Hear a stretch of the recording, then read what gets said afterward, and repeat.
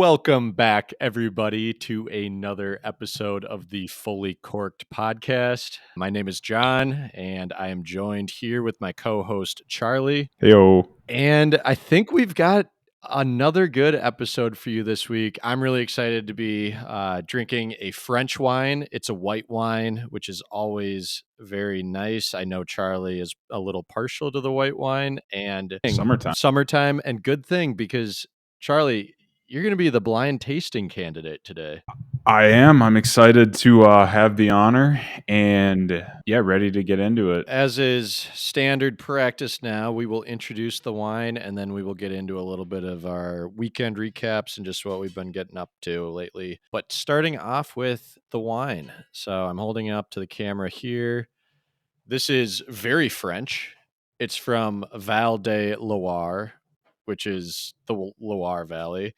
And it's called a Vignobles La Chateau, a Muscadet Sévère et Maine sur Lee. Wait.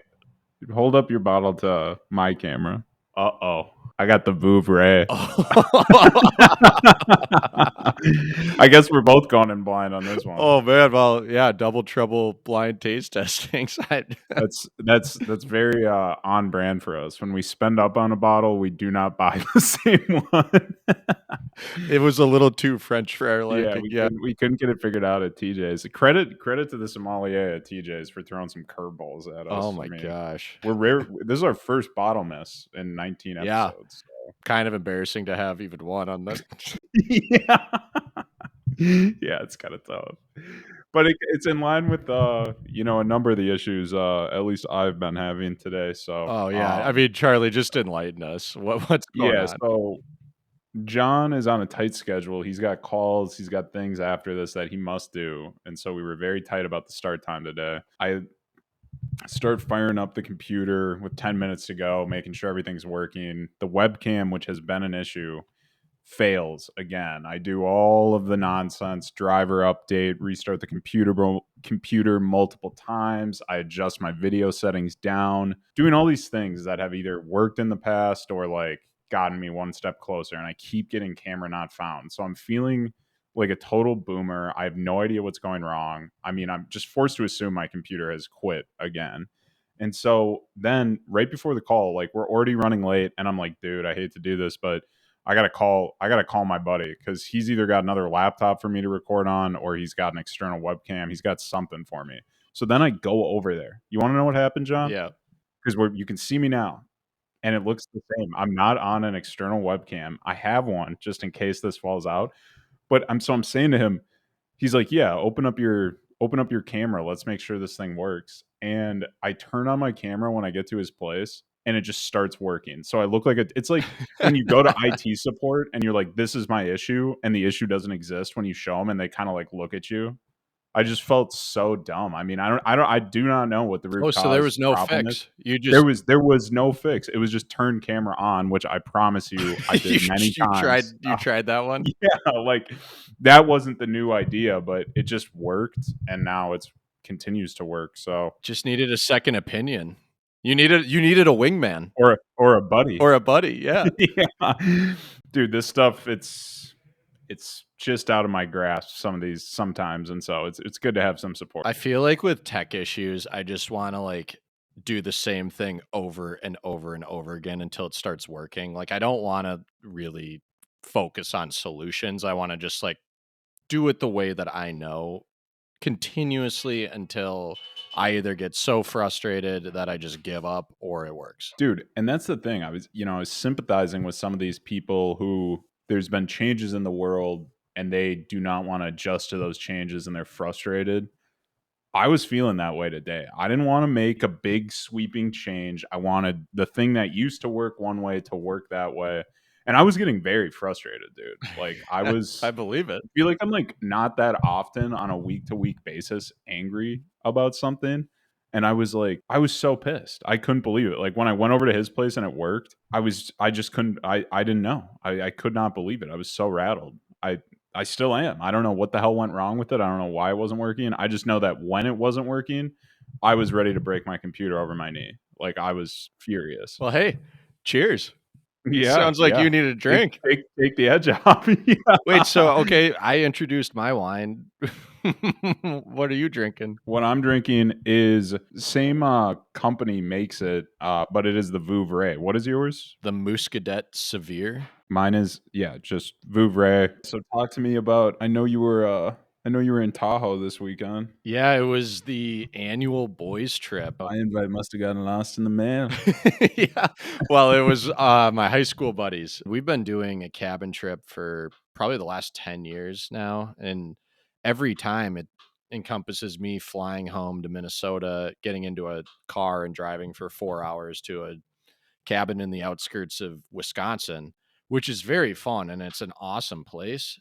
But I was so excited because I was able to get all of my buddies to buy flights and come visit me in San Francisco, and then we ended up driving up to Tahoe. Nice. Yeah, we got an Airbnb up in North Lake Tahoe. It was almost on the water, just across the street, and we were walkable within 700 feet to the closest beach. Talk just Tahoe in general for the uninitiated. Couldn't be me because 'cause I've been hundreds of times, but I mean, what's the reason to get to Tahoe? It is a massive glacial lake, probably like 5 or 6,000 feet elevation. So picture really tall Douglas firs. Do you know what those look like?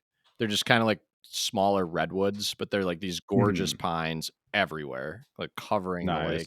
And then you have this massive, but just gorgeous glacial water. So it's freezing cold, but it is Really? completely see through, and you can see 20, 30, 40 feet down. And then you have mountains that are all surrounding the lake as I imagine in a place with such natural beauty, there is a pressure to not ruin that beauty. Is there anyone there who's saying, "Don't put sunscreen on before you get into the waters." Like, don't like, you know how, like, when you go, like, scuba diving or something in, like, a coral reef, yeah. they'll say that to you, like, "Don't ruin this thing by bringing in your outside chemical contaminants." So a couple of my buddies actually flew into Reno, and their Uber driver on the way, They Ubered from Reno? so they yeah, they didn't Is it cross not that state far? I guess lines. I It's don't know. like an hour. Okay.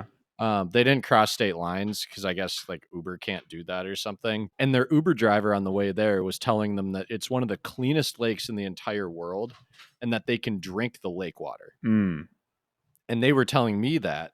And I Oh, I had love heard where this is going. maybe a month earlier when I was up there for the first time ever in the summer, actually, that there's something called blue green algae in Tahoe right now Which is that good is for your gut toxic. biome, right? No, I think it's super toxic to humans. So I was like, "Hey, boys, like, we're not gonna be drinking lake water when we're up Yeah. here." I guess, I respect that Uber driver's game. Just go spread misinformation, cause some he was trying to give us a story, and unfortunately, we were checking facts. Yeah, we were checking facts. But, yes, I mean, I have a few highlights. Yeah, yeah. Hit him. I think the first one is just the meatiness of a boys' trip. We get to the Airbnb, everybody's excited. First thing that happens is tarps off, Necessary. which is Totally necessary. What was the temperature? Did the temperature warrant such a thing, or was it, like, 65? it's 80 during the day and then like low 60s at night. But the kicker was our Airbnb, much like a lot of places in California, did not have AC. Oh. We got through that door and we're just hit by a heat Ooh. wave. So I mean, yeah, the tarps off, I guess, was kind of an obvious next step after Yeah. we opened all of Yeah. the windows to the I house. mean, maybe after you, like, crack a beer, crack a bottle of wine, those are kind of the first 2 to help settle in, I think. But yeah, then boys' weekend commenced. First night, I mean, classic, like just catching up, drinking, etc. One funny thing did happen. I walked out with one of my buddies onto the balcony and we looked up and the stars were incredible, Nice. which is kind of epic because Tahoe can get a little smoky this time of year. And so it's kind of hit or miss if you get a clear sky. We had a fully clear sky. And for maybe the 1 minute that we were inspecting the stars, like this massive fireball meteor type thing, like shot through the sky. And then we never saw anything like that again. But we were Was all it a fired up. shooting star? It was bigger than that. It was like on fire How fast was it moving? fast. And it was probably like, a half second. that we Yeah. noticed it, and it almost looked like it was, like, burning up. I tried Wow. to Google it afterwards. Did you type into Google, "Am I going to die?" I'm in Tahoe, there's raining Yeah. comets. It's apocalyptic up in Tahoe. Yeah. That is awesome, though. Always cool to see something going on in the galaxy when you're looking up there. Oh, yeah. Oh, yeah. Night 1, super fun, stayed up late, all that good stuff. Second night, so there's this restaurant on the lake called Garwood's, and it's just like a classic. Big lake, you can pull up to a dock on a boat, you can drive there, you can walk there. It's got this huge balcony, and then the views are just unbelievable. I think I had maybe overhyped Garwood's to my buddies because they all showed up. They just looked dapper. Like, one of them had tucked his shirt in. He had bought a new shirt, Ooh. and he had tucked it in. He looked fantastic, but I was like, I came downstairs from my room in a t-shirt, and all of the boys had like collared buttoned ups on. I was like, oh, Were you kind of advertising a sense of class to this boys' weekend? I feel like a lot of boys' weekends that I'm familiar with are a little rough and rowdy, you know? It's not time to bring the collared shirt out. You're gonna get a little dirty on boys' weekend. this was as rough and rowdy as they come. But yeah, I mean, we wanted to hit the Yeah, town. okay, Fellas fair, wanted to fair. get dappered up and look good. I suppose the dress code's different in Tahoe than it is in Pine City. Where we had classiness in our apparel, we did lack it with our Decorum. yeah, our decorum. We show up to Garwood's. I immediately buy a round of wet woodies. Oh god. What are the components of that drink?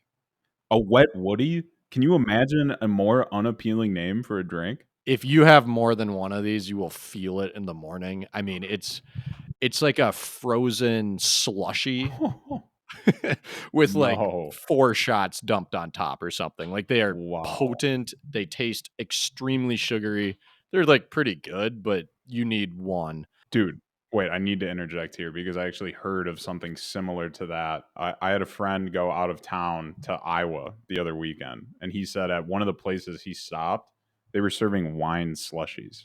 Oh my. I was set my first blush reaction was, "That seems incredibly trashy." And then my second reaction was, "I'd like to try it."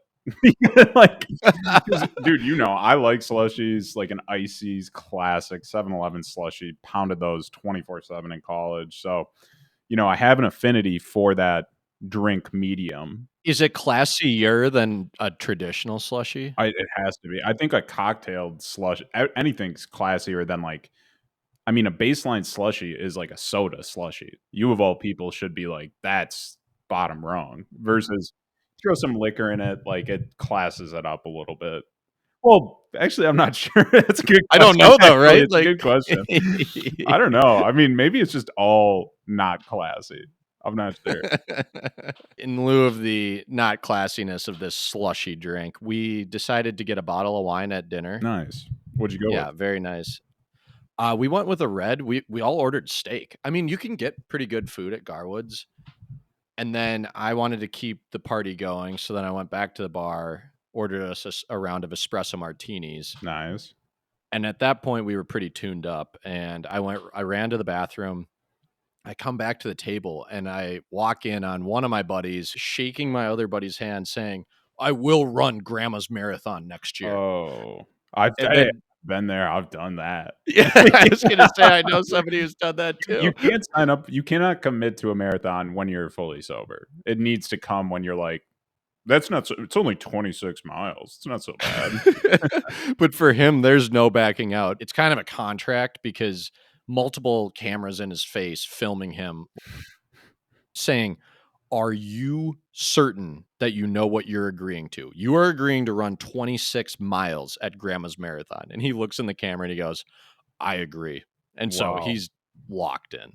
Wow. Well, I wish him luck. He's certainly got enough time to get it done, in terms of training. More power to him. Take it in stride, make a commitment. Let's hope he can deliver. That's nasty work, dude. Committing to a marathon on day 1 of the boys' weekend. The term of the weekend was like, "You're not going to solve it this weekend. Like, just enjoy yourself."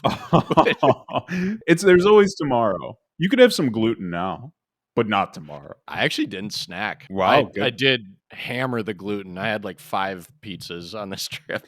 Dude, it's a staple. I actually, it's weird. Since our conversations, I've been like, when I grocery shop, I'll look at stuff that I would usually buy, and then I have like this voice in the back of my head saying, like, you'll get brain fog or like something like bad will Oh, happen if I get gluten. no. So now I'm like, it's kind of led to a good result. I have a lot more fruit. Like, I'm trying to like Nice. not eat bready carbs because that's usually going to be gluten. I mean, like rice, stuff like that that doesn't have gluten still in. But Yeah.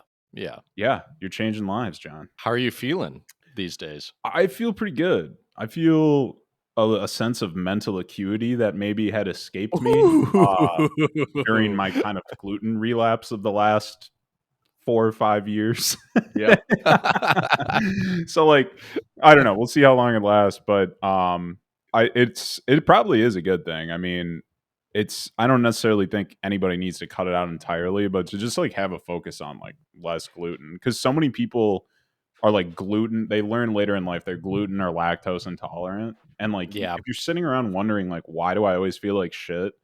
Maybe take a look at one of those 2, because whether or not your body can process it, I would say most people feel better with lower intake of either of those 2 things. In all seriousness, that has been my experience with this.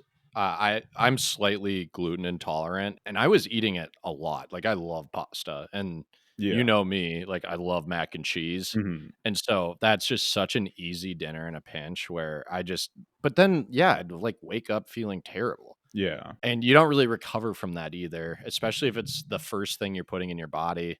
Like, I think that's the thing is just thinking about your body more of like an engine and like how do you feel it for the day? So one question I have for you. So in my non-gluten consumption, and this we will get back to the Tahoe thing, but it's been a good last week from just, getting in the gym. I actually ran for like the first time since the marathon. I went and did like a local run club around here.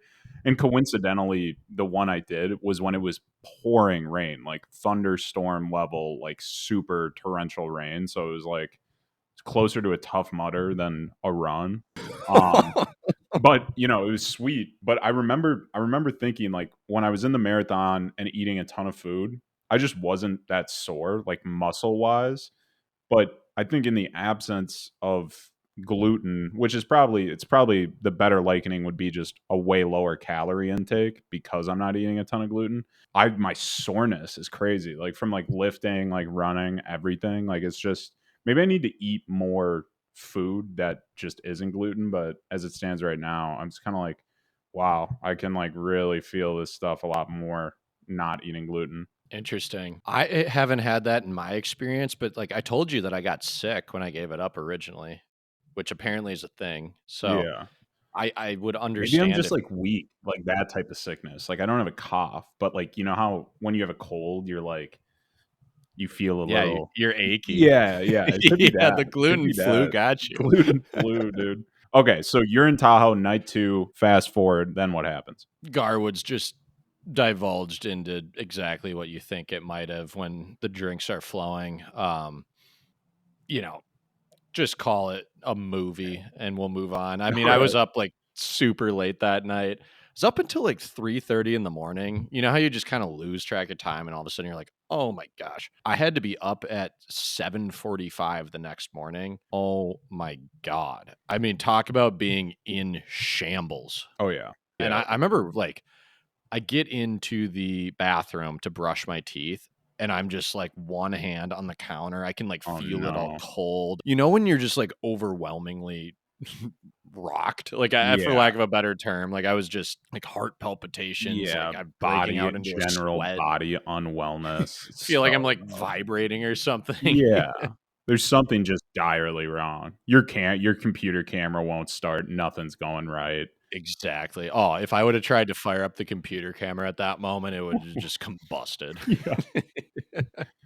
But yeah, we had to be up at the crack of dawn because we had 9 a.m. river rafting the next or Oh that my morning. god, what a horrible activity to be so hungover for, unless it was great. It was great. And it's What? because we had the wherewithal to pack a cooler filled to the brim with White Claws, which, like, that's your morning medicine on Yeah, a trip like hair that, of the and dog. we had to be the first raft out because I was the last group to book. Like, there was 1 slot left, and I was able to get it, like, on short notice. They just put us on these, it looks like when you're whitewater rafting, like one of those type of rafts. So, it's advertised as a float, but there are rapids on this river, and so you need to at least be able to maneuver a little bit. Are you wearing a helmet? No, it's not that intense, but we all did have life jackets. Were you wearing them traditional style after my wreck of going diaper style? Couldn't do it diaper style. It was like those orange ones that fold over. I thought about it.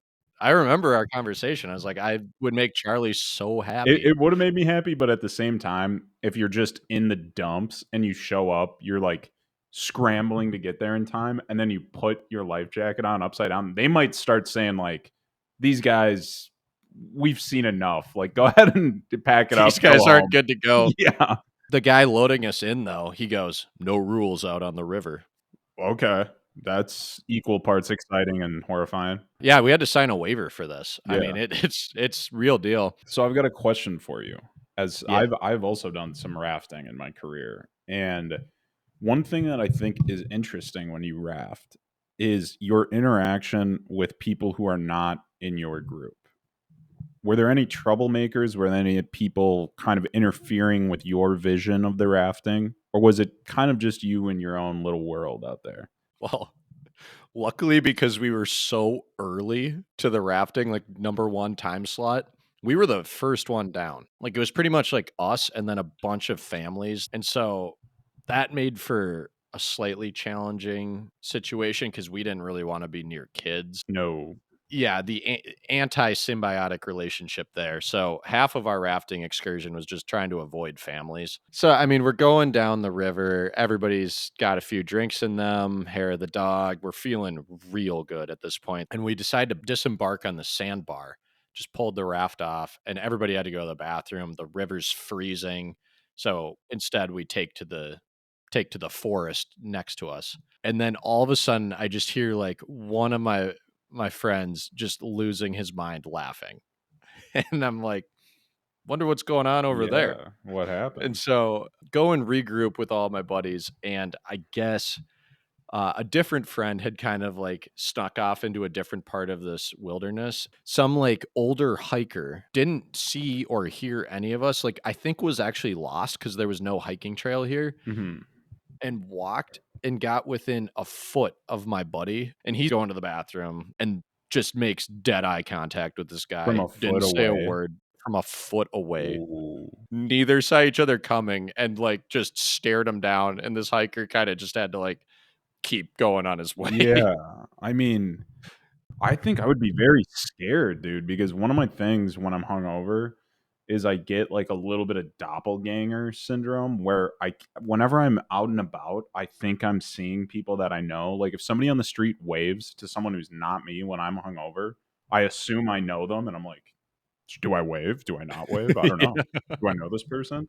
And so if I saw somebody like a mirage appear out of the wilderness into 1 foot in front of me, I I would be scared. I would be scared, especially in such a vulnerable position. Very exposed Yeah, position. yeah. Yeah, so that was rafting, and then that night, I mean, we almost went back to Garwoods because it was Oh, such a movie, but we chose not to. We went to a different place in town. Before we went out to dinner, we did a wine review, and that was kind of fun. Like, similar to you at your cabin where people were testing you a little bit, I actually turned it on my friends where I went and bought the bottles. I actually got a few that we have tried on Fully Corked before and tried to see if they could get the tasting notes, and they actually were, like, really good sports about it. Like, they played along, they gave it a good effort. did they have any success? A couple of them did. Nice. A few of them took it very seriously and actually, like, came out with some solid notes, like floral was one that was Nice. said that was Nice. caught. My one buddy who was by far and away the worst at it just snagged vanilla in a Really? Cabernet out of nowhere. That's the joy of it. I mean, people listening, go do this sometime. Like, find Yeah. one buddy or a group of friends, but go try because it's, I mean, when somebody gets something right, like a subtle note or even a main note that you were like, there's no chance they get this. It's awesome. It's super hype. And so, I mean, I recommend it to anybody. That's been a ton of fun doing that on this too. And I also think is a way to start kind of categorizing flavors in your mind. So it's a good practice for sure. Yeah, it's really fun. And if any of you ever see us out in the wild, come bring a bottle of wine and we'll crack it together and we'll just start guessing Yeah. notes. Yeah, we'll start throwing out some crazy guesses. Getting a huge amount of granite in the mid palate. I'm not quite sure this is wine. This might be mead. Uh Yeah. Yeah, so that's Tahoe. That was the nice. weekend. It was a ton of fun. I was, like, very appreciative that everybody flew out to come meet me in Yeah, California. in your neck of the woods. That's nice. Yeah, and I mean, I think it was enough of a success that we're starting to talk about more destination boys trips, which I'm, like, thrilled about. Why not? Well, Denver might be on the docket for next year. We'll see. What have you been up to, Charlie? So many things, but only one that I find worthwhile in sharing, and it actually occurred during the day to day. I had a friend who was aware of coincidentally when we went to my cabin, I Mhm. had left out in my sink some watermelon uncovered. And so when I got Oh. back, I didn't think anything of it. Like I threw it in the trash and whatever, life goes on. But what had happened was I had opened the door for a militant group of fruit flies to begin their insurgency in my apartment. And so my buddy visited like very shortly thereafter from Boston, and he reached out to me and said, he goes, I have something very important to ask you. It's a very delicate matter. And I was like, oh, yeah, what's up? I'm all ears. And he goes, the fruit fly terrorists have found their way to Boston. What did you learn? What did you learn when you were like ridding yourself of the fruit flies? And it was just a funny dialogue because we were talking about it all as if it was like this militaristic thing. I mean, I suppose for the listeners and for him that he already knows, I sent him everything I know, but there is no compromise with the fruit fly. At first, I thought there could be some level of peace where I don't have to eradicate every fly, every bug, everything. I thought we could just, they know I mean business and we could part ways. I dump some boiling water down the sink a few times, they get the message, they move on. That is not the case with fruit flies. You bring them in and they're there to stay. Yeah, they're not leaving. They're yeah, they're locked in. They're trying to build a civilization there. Oh, no. The way to do this, I tinkered around with a few different things. Like you'll look online, you'll find apple cider vinegar and like a little dish soap. That can work. But the fruit flies ultimately they laugh at that. They've seen that, they think that's funny. What you need to do is go by, oh my god, what's the brand? I think it's Terra or Taro, Teroa, I think. Sponsor us. Yeah. You need to go buy their fruit fly traps because this is the only way. The only way to beat a deceitful fruit fly is to deceive the deceiver. Mm, They think mhm. they're going to get some sweet nectar and they perish and die. And that's the only way to get them.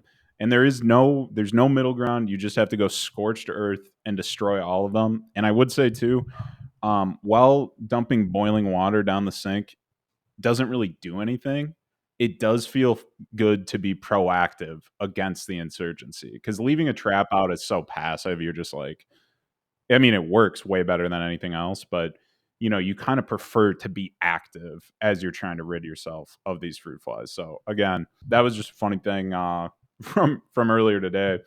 But I mean, outside of that, the did the run club for the first time. Yeah. Shout out And Cool Down so Running. you're really sore, but your knees are working how they should, your hips are working how they should.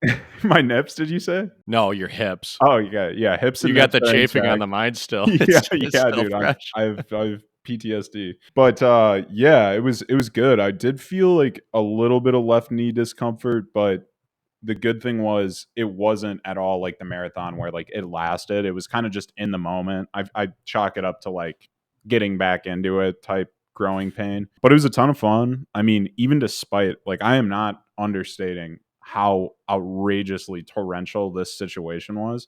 Still had 50 people show up based out of a brewery. You go run 3 miles like through the sopping rain and then go get like a beer with everybody after.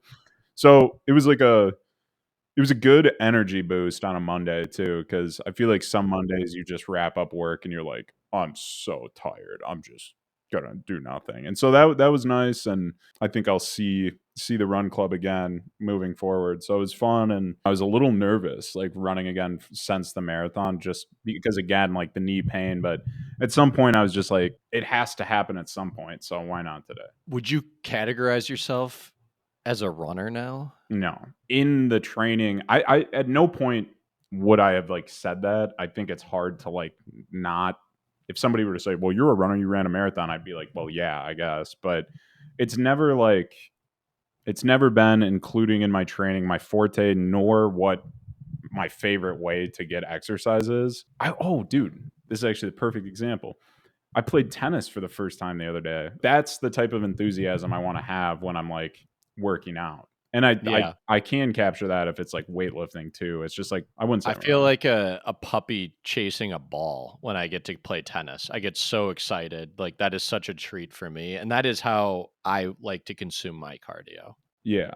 Yeah, it's same thing with like basketball, like the running with no objective other than like put miles onto each other is a little bit it's a different headspace. I mean, it's just not competitive necessarily. Like it's very much you versus you, which is challenging at times. But I will say of tennis, John, and this is a warning to Andy Fick next time I see him. They're serving for the first time really like since my shoulder injury, and was feeling pretty good. Had a lot of pop on the ball. Oh, I love that. Yeah, so Wow. we'll have to get some games next time I'm out there. I would say those are the highlights from this last week, and I'm happy to move to the wine. I don't know if you've had the chance to look up Vouvray I either. have. Okay. You are gonna be doing your blind tasting with Vouvray, like it or not. I am looking for some tasting notes. It actually has a great profile in Vivino, so I'm gonna be able to tell you everything that you're looking for. Let it rip, Charlie. All right. So the first thing that jumps out to me here is not your typical green apple. Like I think there exists some of those notes, but sweeter on the tongue right away, which makes me think kind of a peach pear situation.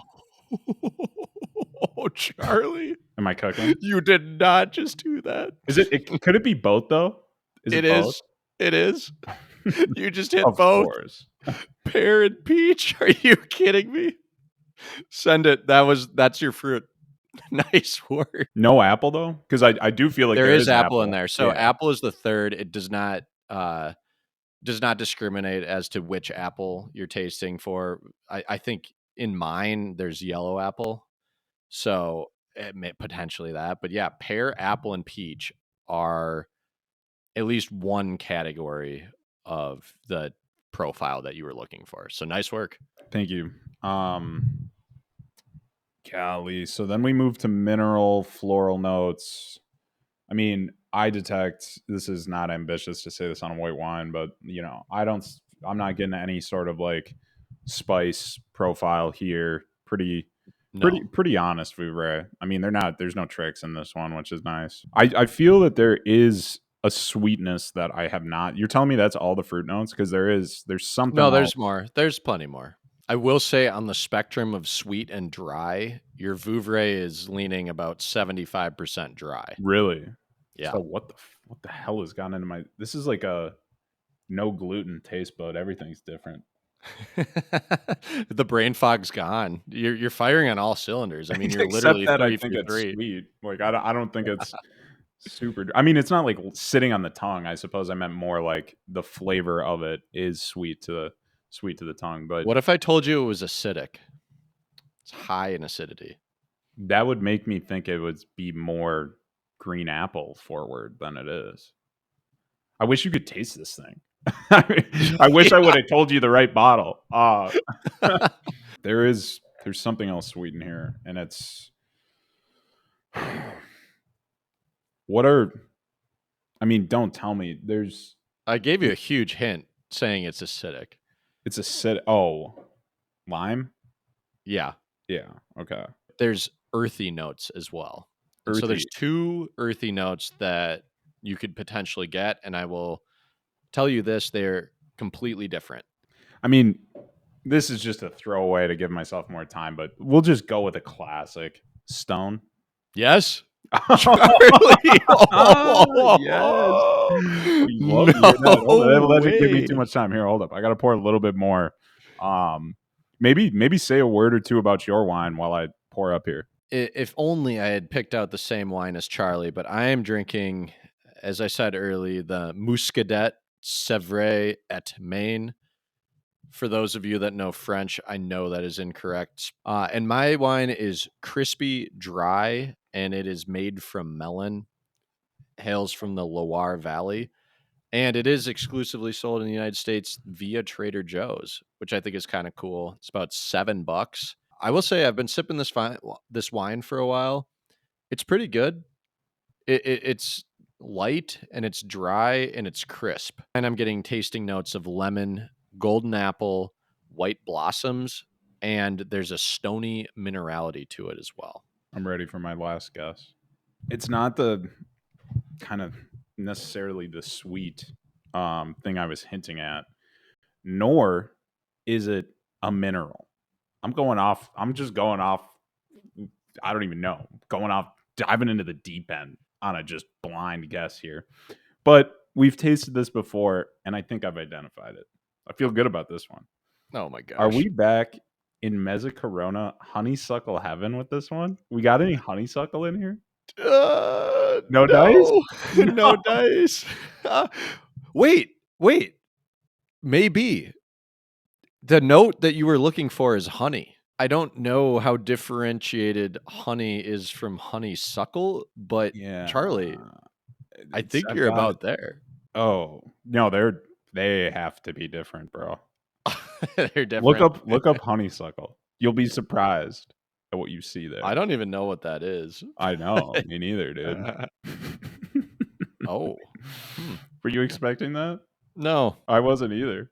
I wasn't either. I didn't even know. I guess I didn't know what to expect. But all in all, here, I like this wine. I mean, it's I think it was $17 at TJ's, so higher end of what we've paid for. In our Mine was most 7. really Yeah. maybe mine was closer to that too. If you had to create the archetype of person that is drinking this Vouvray, who are we looking at? I think the type of person who may drink this type of wine would be a middle-aged man or woman. We're talking 35 to 45 bracket, 35 to 50. Somebody in a high achieving career. We're talking doctor, lawyer, the like. This is somebody who's maybe if this bottle's only $7, they're maybe spending up a little bit. Yeah. Uh, but with this type of bold flavor in a white, they know what they like. They intend to get it, but they're also trying to unwind, have a little fun. Also, a fun wine. This is a wine I would probably, if I had another 2 glasses, I would be, on camera committing to another grandma's marathon. So, Oh.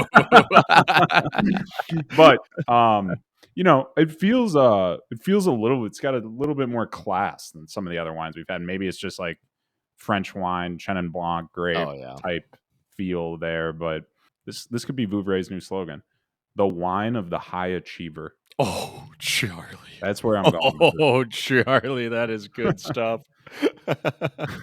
All right, well put, well put. Thank you, thank you. Probably have time for one segment, maybe one story time. I have an idea. So, given the Paris Olympics, given the French wine, you and I were abroad together in Paris, actually. Yes, that's correct. I think it might be fun to just take a walk down memory lane and recap our time in Paris because we were not so elegant back then. No, We have both definitely grown as humans, and I would have liked to have a few of those moments back for sure.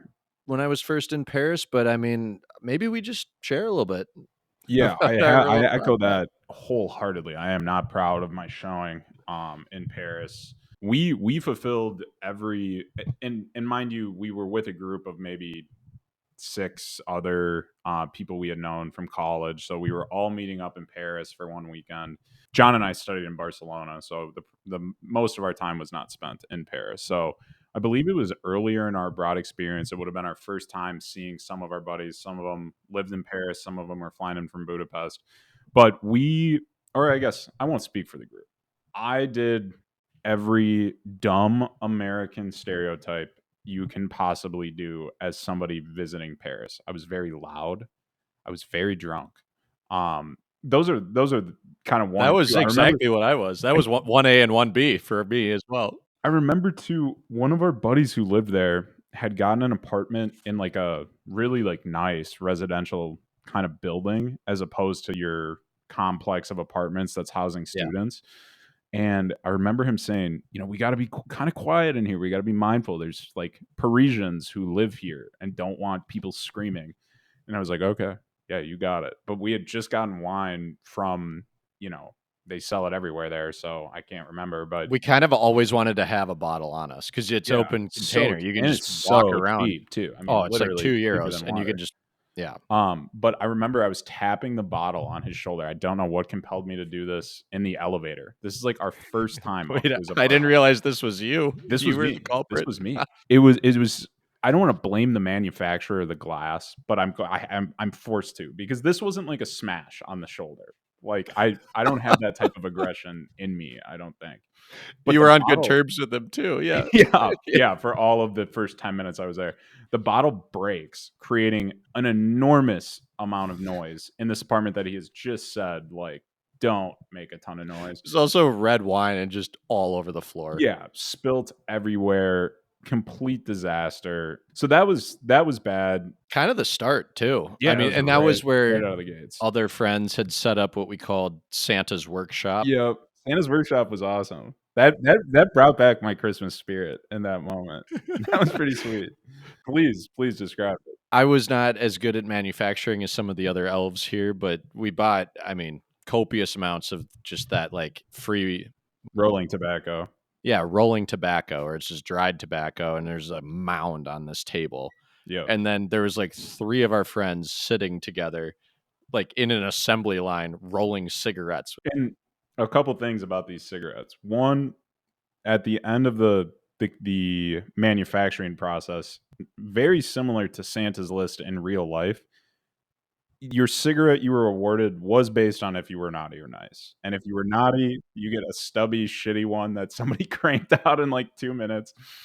But if you were nice, some of these I remember when we were all smoking these, I was like, this is the most ridiculous cigarette I've ever smoked because they They were looked like they were baseball baseball bats. bats. They were huge, like packed to like no part of that paper was left unused. It was like at Chipotle, if you're getting a gross amount of food in your burrito and they Yes. try and cram it into one instead of grabbing the other shell, like that's what all of these cigarettes look like.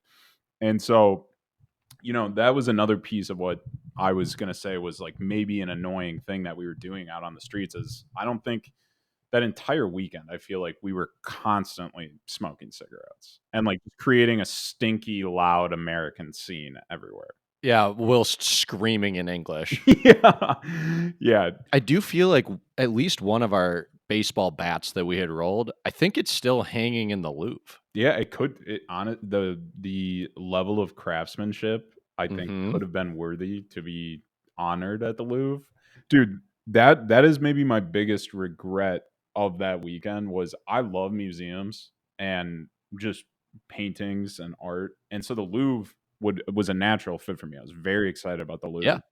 But we did it midday on like our first day and we were I can't speak for the group, but I just remember thinking like I'm too drunk to be in the Louvre right now. Like this is like not that I was like creating a scene in that moment because you do respect the museum, Yeah. but I couldn't absorb and like observe paintings the way I would have liked to when I was there, which was too Fully bad. agree. I need to go back. I actually was back in Paris last year, and we went to the Musée d'Orsay, and that's Nice. where the water lilies are, which is Oh, just one of the most epic rooms of all time.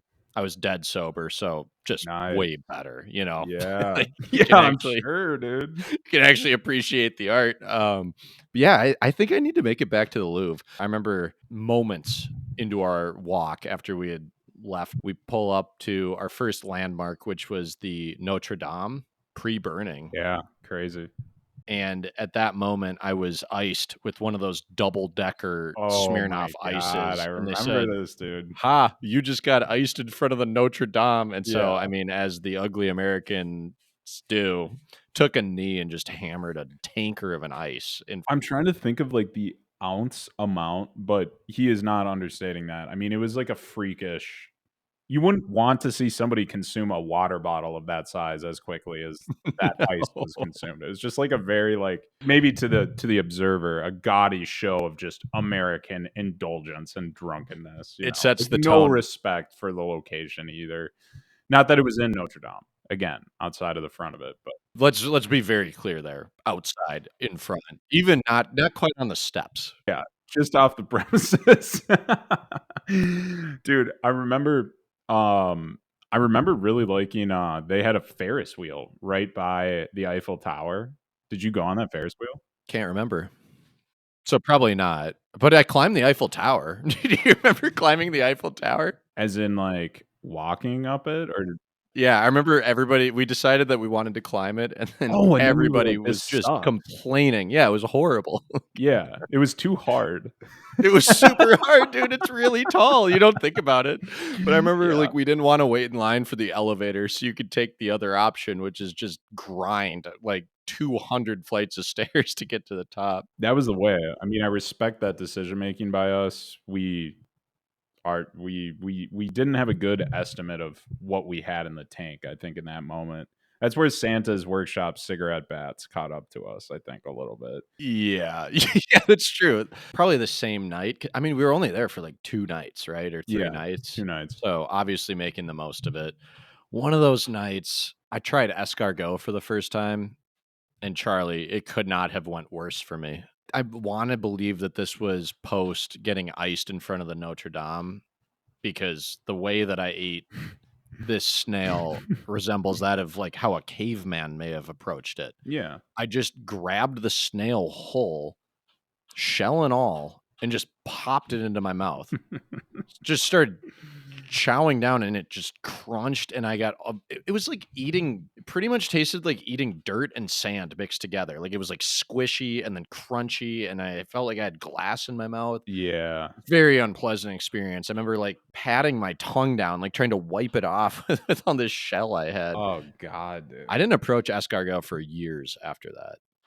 I remember I was quite upset with my meal. I remember yeah.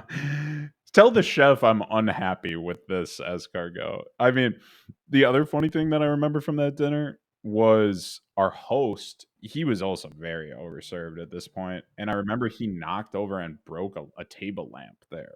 That must have been the night we were not let in to a Green Bay Packers bar, Oh, I and we had remember one of this. our friends who had a Wisconsin driver's license that kept showing the guy and being like, "I just wanna see inside, like, I need to see Brett Favre's jersey hanging on the rafters," or whatever. But our one friend that actually spoke fluent French was the one trying to barter for us. There's no chance that he was speaking French at that point. Like, I mean, it was No. just He was not speaking any language. We don't know this guy. who's that guy? Yeah, I've never seen him.